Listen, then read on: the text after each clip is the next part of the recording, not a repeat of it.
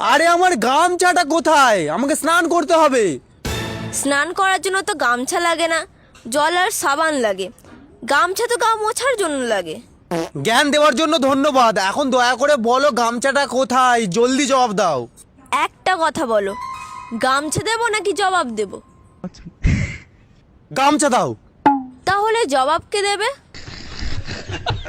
দূর, আমি কি এই বাড়িতে একটু শান্তিতে থাকতেও পারবো না? কেন পারবে না? এটা তোমারও বাড়ি, এই জন্যই তো আমি তোমাকে থাকতে দিয়েছি। তোমার এই উপকারের কথা আমি জীবন ভর মনে রাখবো। এখন গামছাটা দাও, আমার হাতে সময় খুবই কম। ওগো, এমন কথা বলো না। তোমার সময় শেষ হয়ে গেলে আমার সিঁথির সিঁদুরের কি হবে? আরে মন ওভার কথা বলছি নাকি? অফিসে জরুরি মিটিং আছে, আমাকে গামছাটা দাও, আমি তাড়াতাড়ি বাথরুমে যাই। কিন্তু বাথরুমে কিসের মিটিং?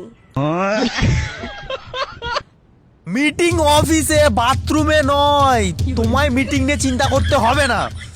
আমার মিটিং নিয়ে চিন্তা নেই, আমার তো দোকান থেকে আলু কেনা নিয়ে চিন্তা। ঠিক আছে, আলু আমি ফেরার পথে নিয়ে আসবো, এখন গামছাটা দাও। সেদ্ধ আলু আনবে নাকি কাঁচা আলু? সেটা ফোনে বলে দিও। কিন্তু আলুকে কোন নম্বরে ফোন করব?